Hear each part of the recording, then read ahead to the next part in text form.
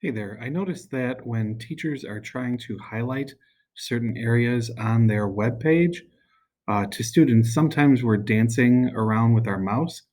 So if I wanted to highlight the search bar here on Google, um, there's no easy way.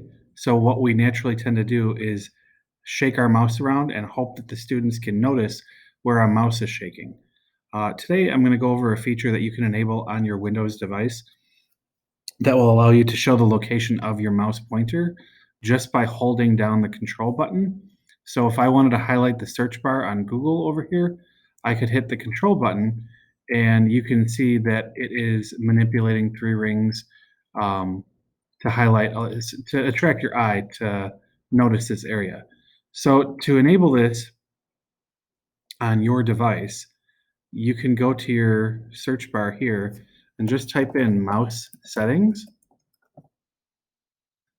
and it'll show up right here. Select that. We're going to go under related settings to the right and choose additional mouse options. Your mouse properties might look slightly different than the device that I'm using right now, but if you go to the third tab that says pointer options, I'll select there, and you want to go all the way to the bottom where it says show location of pointer when I press the control key. Mine is already checked, but go ahead and make sure that you check yours and then click apply. And once that takes a hold, you'll have the same circles that I have here.